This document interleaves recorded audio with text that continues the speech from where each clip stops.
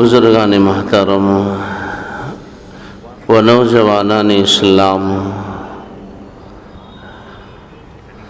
اللہ تبارک و تعالی نے روز اول سے ایک دستور، ایک قانون بنایا ہے، اور اللہ کا یہ قانون دنیا میں بھی چلے گا اور آخرت میں بھی چلے گا۔ دنیا کا دستور اور قانون یہ ہے، اللہ نے قرآن مجید میں ارشاد فرمایا، اِنَّا خَلَقْنَا الْإِنسَانَ مِن نُطْفَةٍ أَمْشَاجٍ نَبْتَلِيهِ فَجَعَلْنَاهُ سَمِيعًا بَصِيرًا اِنَّا هَدَيْنَاهُ السَّبِيلَ إِمَّا شَاكِرًا وَإِمَّا كَفُورًا۔ ہم نے انسان کو ناپاک قطرے سے پیدا کیا، پھر ہم نے آنکھ، کان، ناک بنائے جس سے وہ سنتا ہے، بولتا ہے، جس سے وہ دیکھتا ہے۔ پھر ہم نے اس کے سامنے دو راستے رکھ دیے، اما شاکرا و اما کفورا۔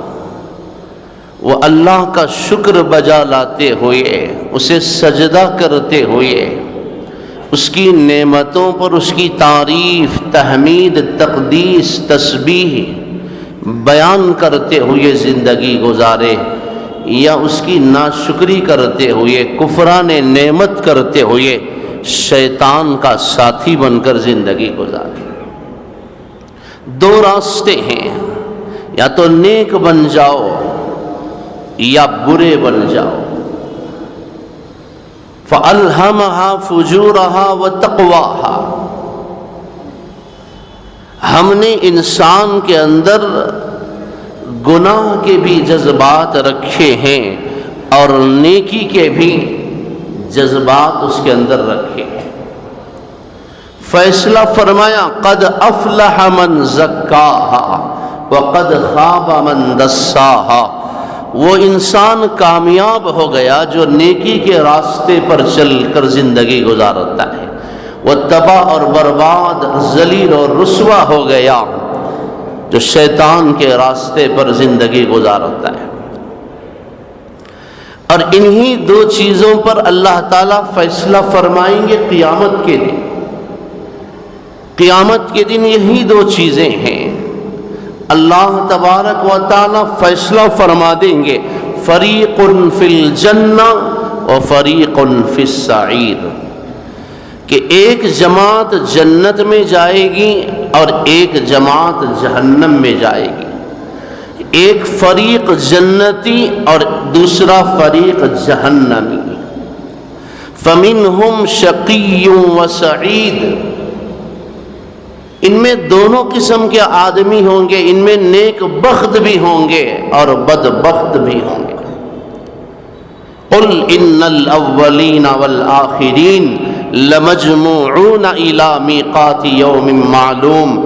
اے میرے حبیب صلی اللہ علیہ وسلم، آپ لوگوں کو سنا دیجئے، آپ اپنی امت سے فرما دیجئے کہ اللہ تبارک و تعالی اولین اور آخرین سب کو جمع فرمائے گا۔ لَمَجْمُوعُونَ إِلَى مِيقَاتِ يَوْمٍ مَّعْلُومٍ، ایک مقررہ دن میں اور متعین مقام پر اللہ تعالیٰ سب کو جمع فرمائے گا۔ وَكُلُّهُمْ آتِيهِ يَوْمَ الْقِيَامَةِ فَرَدًا۔ اللہ فرماتے ہیں اس دن ایک ایک بندے کو الگ الگ بلایا جائے گا۔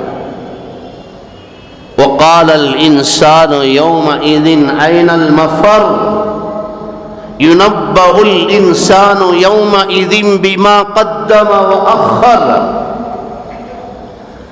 یہ وہ دن ہوگا، انسان کو اللہ بتائے گا کہ تو نے کیا کیا، کیا نہیں کیا۔ اس کے اگلے پچھلے تمام کرتوتوں کو اس کے سامنے لایا جائے گا۔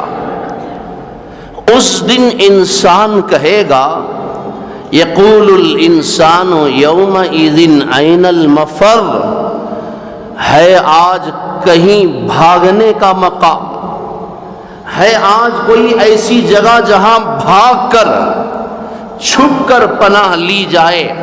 قرآن کہتا ہے لا تخفا منکم خافیہ، آج نہ بھاگنے کی جگہ ہے نہ چھپنے کی جگہ ہے۔ یا معشر الجن والانس ان استطعتم ان تنفذوا من اقطار السماوات والارض فانفذوا لا تنفذون الا بسلطان۔ قرآن کہتا ہے کہ اے انسانوں اور جنات کی جماعت، بھاگو آج، جاؤ چھپ جاؤ، اگر تمہیں کہیں پناہ مل سکتی ہے تو بھاگ کر پناہ لے لو۔ فانفذوا، اللہ فرماتے ہیں جاؤ بھاگو، لا تنفذون الا بسلطان، کہیں نہیں بھاگ سکتے، جہاں بھی جاؤ گے اللہ کی حکومت اور سلطنت کو اور اللہ کی طاقت اور قدرت کو پاؤ گے۔ جہاں بھی جاؤ گے وہاں اللہ کا اختیار ہوگا۔ یہ دنیا نہیں ہے کہ ملک کا پیسہ لوٹ کر دوسرے ممالک کو جا کر چھپ گئے۔ یہ دنیا کی بادشاہت اور حکومت نہیں ہے کہ بینکوں کا پیسہ لوٹ کر، عوام کا پیسہ لوٹ کر لے کر چلے گئے اور دوسرے ملک میں جا کر پناہ لے لی۔ 15,000 کروڑ، 10,000 کروڑ، جتنے بھی بھگوڑے بھاگے ہیں سب نے ملک کو بیچا، ڈبایا اور برباد کیا، اور دوسرے ممالک میں چلے گئے پناہ لینے کے لیے۔ آج اللہ فرماتے ہیں فانفذوا، جاؤ آج بھاگو چھپو، کہیں پناہ نہیں مل سکتی۔ لا تنفذون الا بسلطان۔ اچھا کوئی چھوٹ جائے گا، وَكُلُّهُمْ آتِيهِ يَوْمَ الْقِيَامَةِ فَرْدًا لَقَدْ أَحْصَاهُمْ وَعَدَّهُمْ عَدًّا فَلَمْ نُغَادِرْ مِنْهُمْ أَحَدًا۔ نہ آج چھپنے کی گنجائش ہے، نہ آج بھاگنے کی گنجائش ہے، نہ آج بچنے کی گنجائش ہے۔ ہاں آج وہی بچے گا، آج نجات اسی کو ملے گی، آج جنت میں وہی جائے گا جس نے قد افلح من زکاہا، جس نے نیکی پر زندگی گزاری، جس نے محمد الرسول اللہ صلی اللہ علیہ وسلم کی اطاعت اور فرما برداری پر زندگی گزاری۔ آج مال کی بنیاد پر فیصلہ نہیں ہوگا، آج رشوت نہیں لی جائے گی، آج لین دین نہیں ہوگا۔ دنیا میں مال دے کر بچ جاتے تھے، کبھی عدالتوں کو خرید لیتے تھے، کبھی پولیس کو خرید لیتے تھے، کبھی سیاستدانوں کو خرید لیتے تھے، کبھی روبداروں کا ساتھ لیتے تھے۔ آج کسی کا ساتھ نہیں چلے گا۔ الملک یومئذ الحق للرحمن، آج صرف اور صرف اللہ کی حکومت چلے گی۔ لمن الملک اليوم، جانتے ہو آج حکومت، اقتدار، طاقت، اختیار کس کا ہے؟ للہ الواحد القہار، آج اکیلے اللہ کی حکومت ہے، آج کسی کا ساتھ نہیں چلے گا۔ بچا سکتی ہے تو حضرت محمد مصطفیٰ صلی اللہ علیہ وسلم کی غلامی اور شفاعت اور ان کی اطاعت اور فرما برداری تمہیں نجات دے سکتی ہے۔ اے آدم کی اولاد، الا انکم جعلتم نسبا وجعلت نسبی، میں نے نجات کا، عزت کا، مغفرت کا، جنت کا ایک معیار مقرر کیا تھا، میں نے ایک معیار متعین کیا تھا۔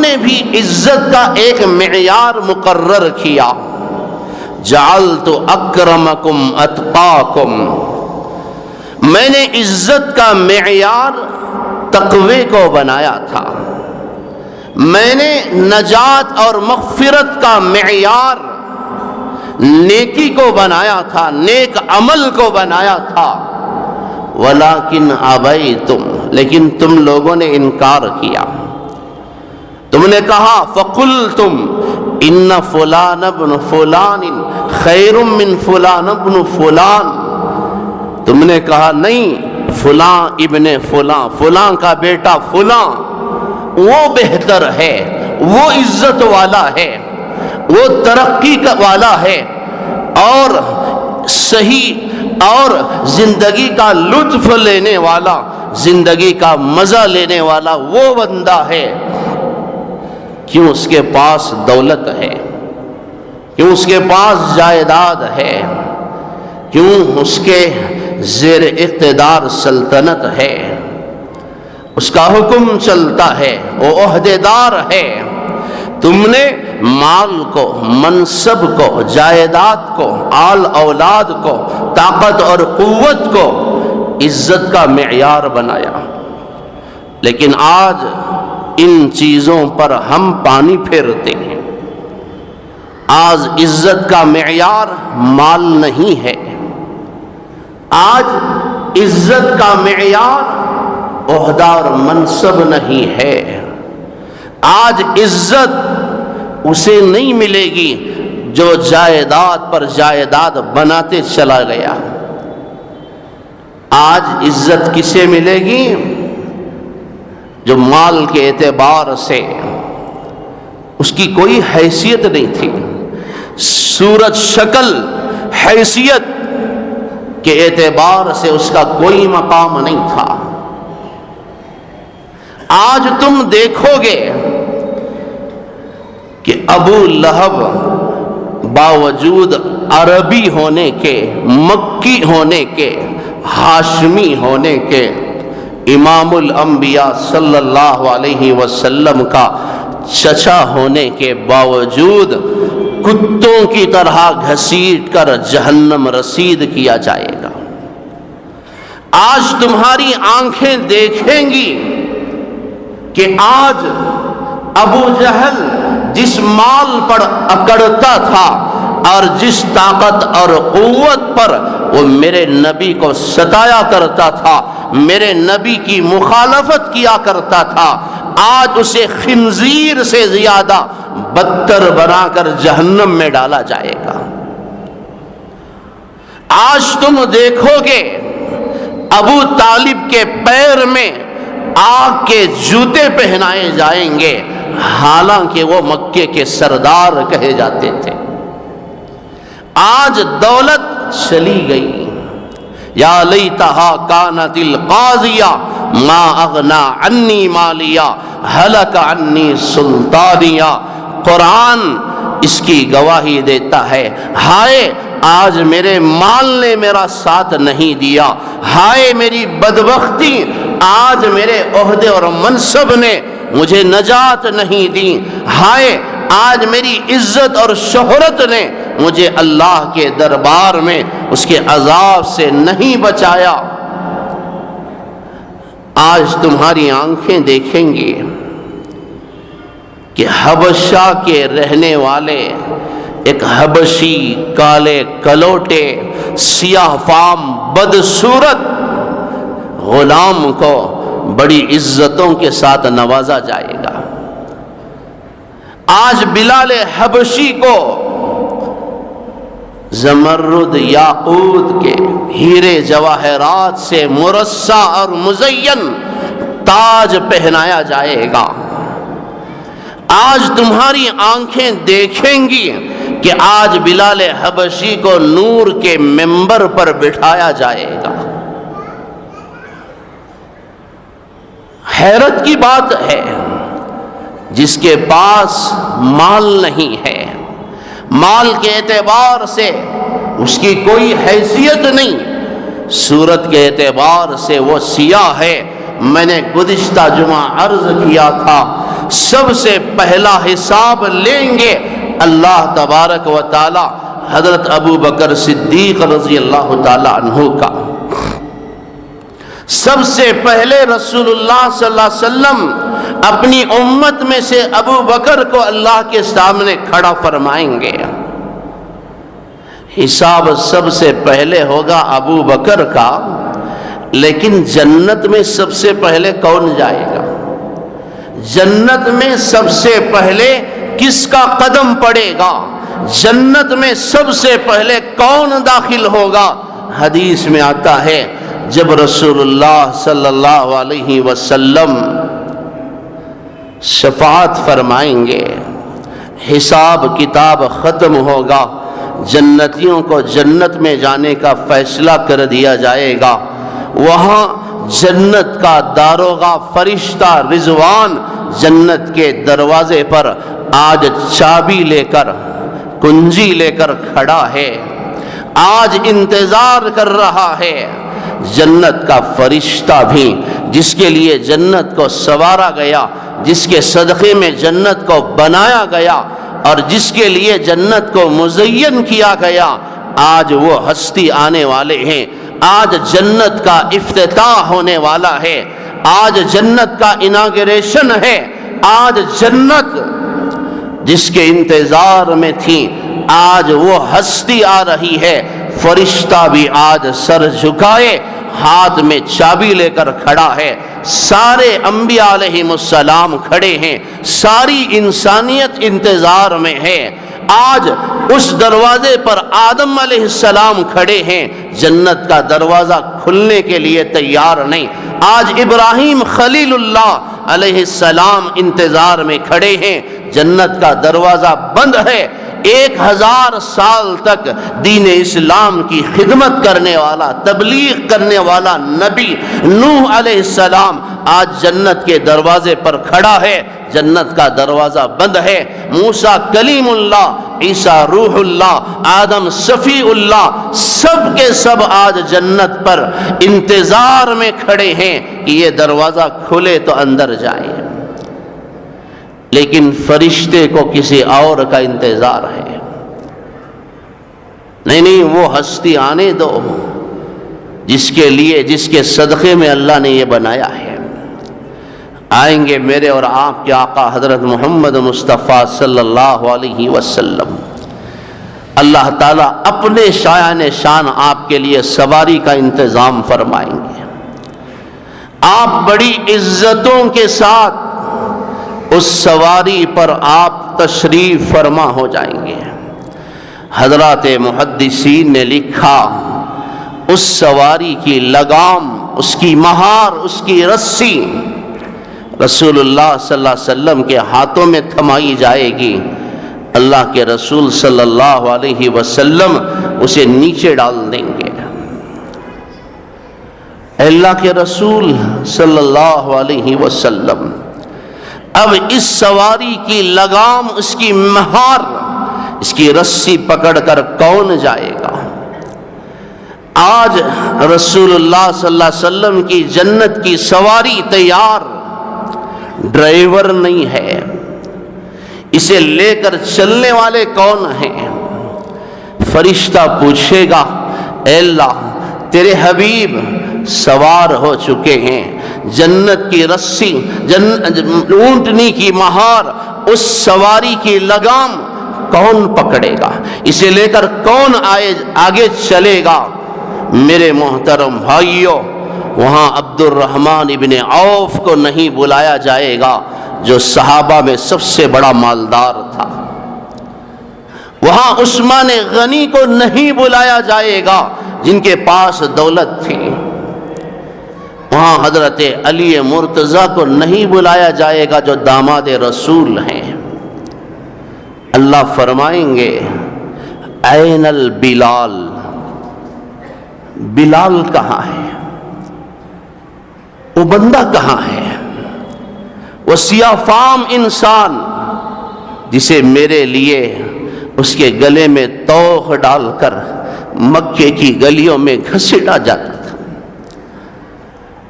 وہ مؤذن رسول کہاں ہے؟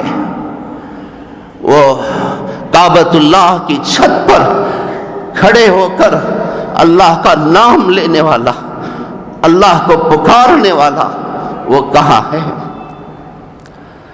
کہاں ہے وہ بندہ جسے ننگا کر کے اس کی ننگی پیٹھ پر کوڑے برسائے جاتے تھے؟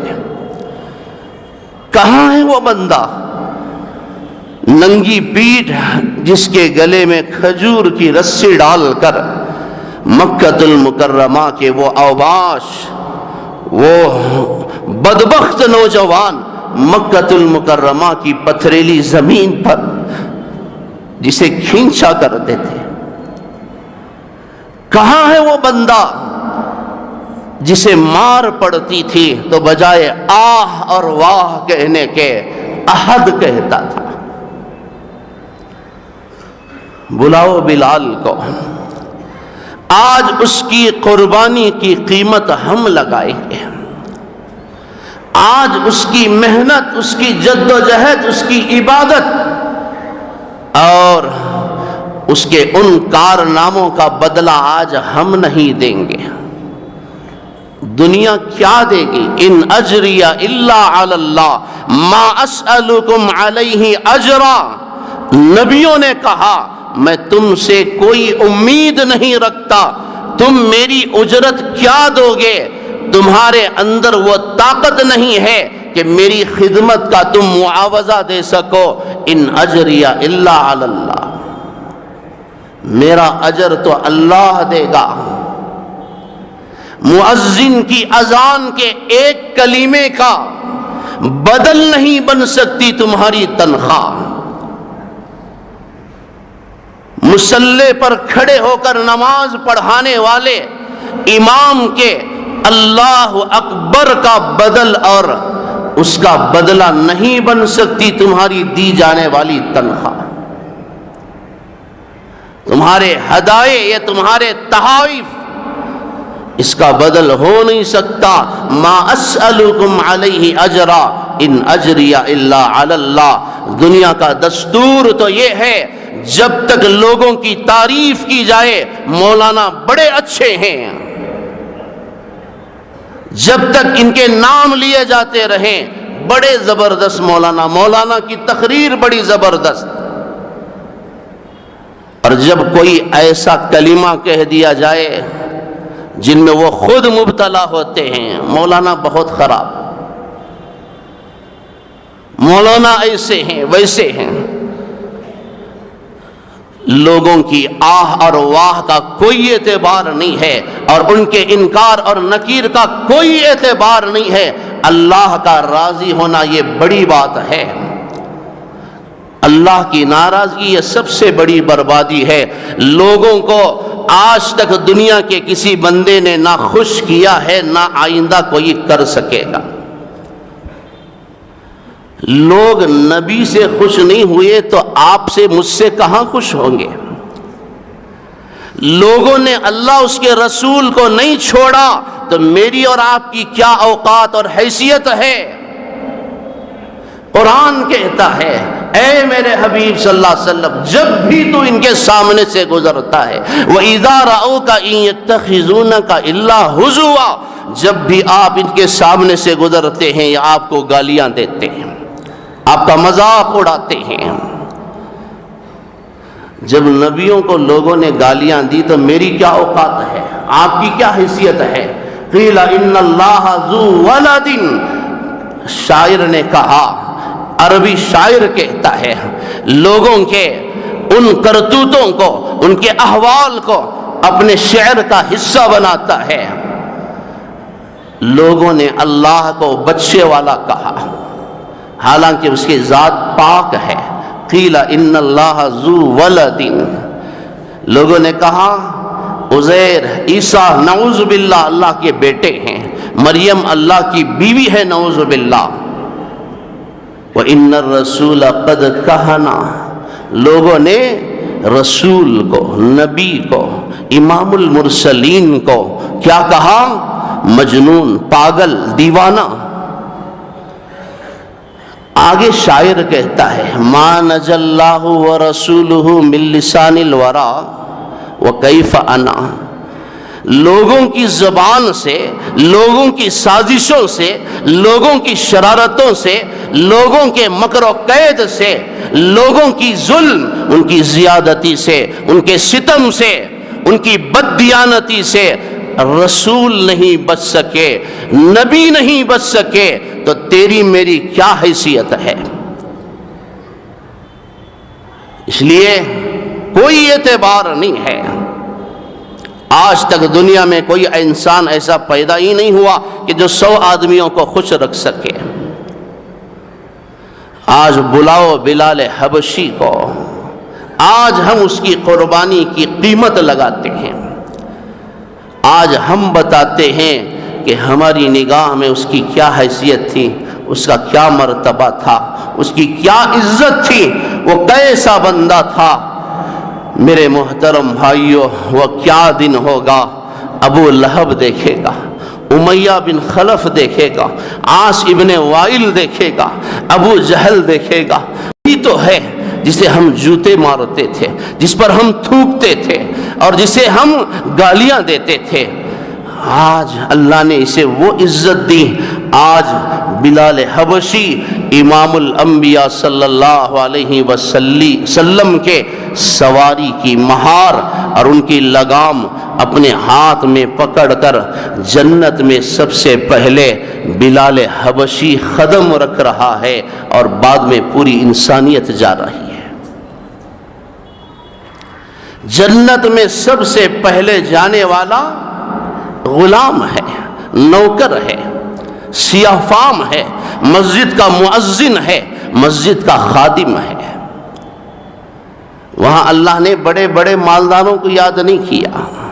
یہ دنیا کی چاپلوسی ہے، یہ دنیا کے چمچہ گیری کرنے والوں کی چمچہ گیری کا یہ کرشمہ ہے۔ آج دولت ہے تو لوگ اپنی کرسی چھوڑ کر بٹھاتے ہیں، اور دولت ایک ڈھلتا سایہ ہے، عہدے اور منصب ایک گزرتے سائے ہیں۔ اللہ کی قسم یاد رکھنا، میں نے ایسے لوگوں کو دیکھا ہے، عہدے پر تھے، وزارت پر تھے، منسٹری پر تھے، تو لوگ ان کے آگے پیچھے ہٹو بچو کے شور کرتے ہوئے چلتے تھے۔ جب ریٹائر ہو کر جب وہ نماز پڑھنے کے لیے آئے تو اللہ کی قسم ان کو کوئی پوچھنے والا نہیں تھا۔ کرسی پر رہتے ہوئے لوگوں کو یاد کرو، کل لوگ تمہیں عزت کریں گے۔ ریٹائر ہونے کے بعد، عمر ڈھل جانے کے بعد، اچھے اچھے لوگ فقیر، صوفی، عالم، زاہد، تہجد گزار بن جاتے ہیں۔ کمال تو اس وقت ہے جب کرسی پر بیٹھ کر جب تم لاکھوں کی رشوت لے سکتے ہو، اپنے ایک سائن اور دستخط سے، اپنے قلم سے سائٹ بنا سکتے ہو اور بلڈنگیں خرید سکتے ہو، ایکڑوں کی زمین اپنے نام کر سکتے ہو۔ اس وقت لوگوں کو یاد رکھو، اس وقت اللہ کا خوف لاؤ۔ در جوانی توبہ کردن شیوہ پیغمبریست، وقت پیری گرگ ظالم می شود پرہیزگار۔ جوانی میں توبہ کرو، وحدے پر رہتے ہوئے اللہ کا خوف کرو۔ جب تمہارا کچھ چل رہا ہے، دولت آ رہی ہے، اس وقت اللہ سے ڈرو۔ بڑھاپے میں، ریٹائر ہونے کے بعد، ظالم بھیڑیا بھی پرہیزگار بن جاتا ہے۔ وہ اس لیے متقی پرہیزگار نہیں بنتا کہ اس کے پاس دولت ہے، اس کے باوجود وہ ڈر رہا ہے، بڑا ہے اس کے باوجود ڈر رہا ہے۔ اس لیے وہ پرہیزگار بن جاتا ہے کہ اب وہ دانت نہیں ہے جس سے وہ حملہ کر سکے، اب وہ پاور نہیں ہے جس سے وہ لوگوں کو نیچا اور ذلیل کر سکے۔ یہ اس کی مجبوری ہے۔ اللہ تبارک و تعالی آج بلائیں گے بلال حبشی کو، اے بلال آج تیرے اذان کی قیمت لگے گی، آج تیرے اوپر ہونے والے ظلم اور زیادتی کی قیمت لگے گی۔ جنت میں اونٹنی کی مہار پکڑ کر سب سے پہلے تو جائے گا، اور بعد میں ساری انسانیت جائے گی۔ سبحان اللہ۔ میرے محترم بھائیوں، کام کیا کرتے تھے؟ ان کی ذمہ داری کیا تھی؟ اوقات کیا تھیں؟ مسجد نبوی کی اذان دیتے تھے، مسجد نبوی میں صفائی کرتے تھے، بیت المقدس فتح ہوا تو انہوں نے اذان دی، کعبۃ اللہ فتح ہوا، مکے کی چھت پر اللہ تبارک و تعالیٰ نے بلال حبشی کو کھڑا فرمایا۔ مکے کے بڑے بڑے ازلی کافر جن کے حق میں ہدایت ملنی مشکل تھی، انہوں نے کعبے کی چھت پر بلال کو دیکھا اور کہنے لگے کاش اس سے پہلے میں مر جاتا کہ آج کعبے کی چھت پر بلال کھڑا ہے۔ آج اسلام نے غلام کی قیمت کو بڑھا دیا۔ آج محمد الرسول اللہ کی اطاعت اور غلامی نے ایک سیاہ فام کو عزت اور عظمت کی بلندیوں پر پہنچا دیا۔ یاد رکھنا، ہر مؤذن کا، ہر امام کا یہی مقام ہونے والا ہے، یہی عزت ہونے والی ہے، چاہے کوئی ان کی عزت کرے یا نہ کرے، چاہے ان کو کوئی ذلیل کرے یا نہ کرے، چاہے کوئی ان کو پہچانے یا نہ پہچانے، پہچاننے والی ذات اوپر بیٹھی ہے۔ کبھی دل میں یہ خیال نہ آئے کہ میرے ساتھ ایسا ہوا ہے۔ تم سے زیادہ بہتر تھے صحابہ کرام، ہم سے کہیں زیادہ عزت والے تھے صحابہ کرام، ہم سے کہیں زیادہ بہتر، افضل، اعلیٰ، اشرف، اکرم، احسن، اجمل، طاہر، مطہر، مقدس تھے انبیاء علیہم السلام کی وہ ذاتیں، وہ شخصیتیں۔ لوگوں نے کیوں ان کو ذلیل کیا؟ اسلام کی خاطر۔ یہ سنت قیامت تک چلتی چلی جائے گی۔ جو بھی گالیاں سنے گا اس کا سلسلہ انبیاء علیہم السلام سے ملے گا، رسول اللہ صلی اللہ علیہ وسلم سے ملے گا، اور جو بھی گالیاں دے گا، مخالفت کرے گا، اس کا سلسلہ ابو لہب، ابو جہل، عتبہ، شیبہ، عاص ابن وائل اور فرعون سے جا کر ملے گا۔ ہر ایک کو اپنا سلسلہ مبارک ہو۔ فرمایا رسول اللہ صلی اللہ علیہ وسلم نے، یہ تو اللہ قیامت کے دن وہ عزت عطا کرے گا بلال کو، اور جانتے ہو قیامت کے دن سب کی زبانیں خاموش ہو جائیں گی، کوئی بول نہیں سکتا، ایک آواز گونجے گی، ایک آواز گونجے گی، لوگ دیکھیں گے کون ہے؟ اچھا بلال، یہ بلال کی آواز ہے۔ کیا کہے گا؟ اللہ اکبر، اللہ اکبر، اشہد اللہ الہ الا اللہ۔ سب کی زبانیں آج خاموش ہیں، بلال آج بھی بول رہا ہے۔ فرمایا رسول اللہ صلی اللہ علیہ وسلم نے، قیامت کے دن سب سے پہلے اللہ مجھے قبر سے اٹھائیں گے، سب سے پہلا حشر میرا ہوگا۔ میرے داہنے ہاتھ میں ابو بکر کا ہاتھ، میرے بائیں ہاتھ میں عمر کا ہاتھ، اور میرے پیروں کی جانب سے بلال اذان دیتے ہوئے اٹھے گا، اور 4 افراد کی یہ جماعت سب سے پہلے پہنچے گی۔ سنو بلال کی عظمت کو، سنو مؤذن رسول کی فضیلت کو۔ فرمایا رسول اللہ صلی اللہ علیہ وسلم نے، جس بندے نے 7 سال تک، من اذن فی المسجد 7 سنین کتبت لہ، اللہ تبارک و تعالی اس بندے کو جس نے کسی مسجد میں 7 سال تک اذان دی، اللہ تعالیٰ اس کے لیے جنت کا فیصلہ فرما دے گا۔ دنیا کی کوئی طاقت ان کو جنت میں جانے سے روک نہیں سکتی۔ فرمایا رسول اللہ صلی اللہ علیہ وسلم نے، مؤذن کی آواز جہاں تک جائے گی، جو جو چیزیں اس کی آواز کو سنیں گی، قیامت کے دن ہر چیز جس نے بھی مؤذن کی آواز کو سنا، قیامت کے دن اس کی گواہی اور شہادت دیں گے۔ وہ کیا دن ہوگا جہاں اوروں کے مقابلے میں وہ لوگ آئیں گے، اے اللہ اس نے میرا مال لے لیا، اے اللہ اس نے مجھے گالی دی، اے اللہ اس نے مجھے ذلیل کیا، اے اللہ اس نے مجھے بدنام کیا۔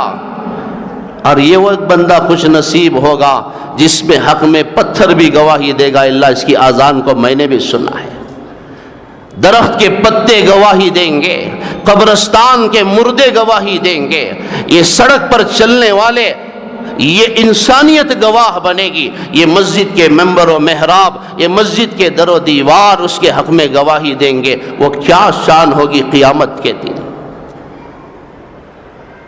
آج جن لوگوں کو ہم ذلیل کرتے ہیں، قلیل تنخواہ دیتے ہیں، جن کی ہماری نگاہ میں کوئی حیثیت وقعت نہیں، سنو اللہ کے رسول صلی اللہ علیہ وسلم کا تعلق کیا تھا مسجد کے خادموں کے ساتھ، مؤذن کے ساتھ۔ رسول اللہ صلی اللہ علیہ وسلم کا وصال ہوا، حضرت بلال حبشی گئے اذان دینے کے لیے، اشہد ان محمد الرسول اللہ پر آئے۔ ہمیشہ یہ ہوتا تھا کہ ادھر اللہ کے رسول صلی اللہ علیہ وسلم ہوتے تھے، بلال حبشی اذان دیتے ہوئے اپنی انگشت شہادت رسول اللہ صلی اللہ علیہ وسلم کی طرف کرتے تھے، اشہد ان محمد الرسول اللہ۔ آج وصال ہو چکا ہے، بلال حبشی کھڑے ہیں اذان کے اس مقام پر، اس جملے پر آئے تو اس جملے کو ادا نہیں کر سکے، غشی طاری ہو گئے۔